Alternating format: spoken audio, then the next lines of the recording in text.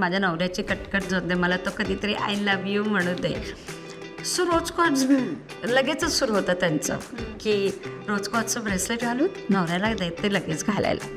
नवऱ्याला जो चिडचिड करतो किंवा ज्याच्याकडून प्रेमाची अपेक्षा आहे त्याला त्याची, तर फिमेल युजली असं जेव्हा शिकायला येतात तेव्हा सगळ्यात पहिला आपल्या घरातल्या लोकांचेच विचार डोक्यात असतात ना. त्यामुळे जसं शिकायला लागतात तसं त्यांना आठवायला लागतं की अरे सासू पण चिडचिड करते, अरे माझा नवरा पण तसाच आहे.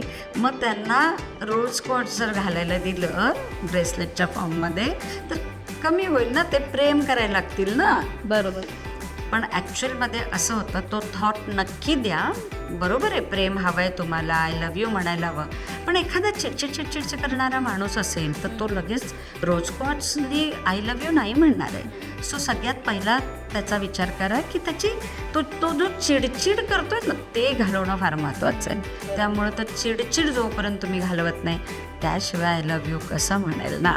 सो ॲमेथिस्ट ब्रेसलेट हे चिडचिड काढून घेणार. सो 15 दिवसासाठी ॲमेथिस्ट द्या आणि मग रोजकॉट्स द्या. Then you will get the result.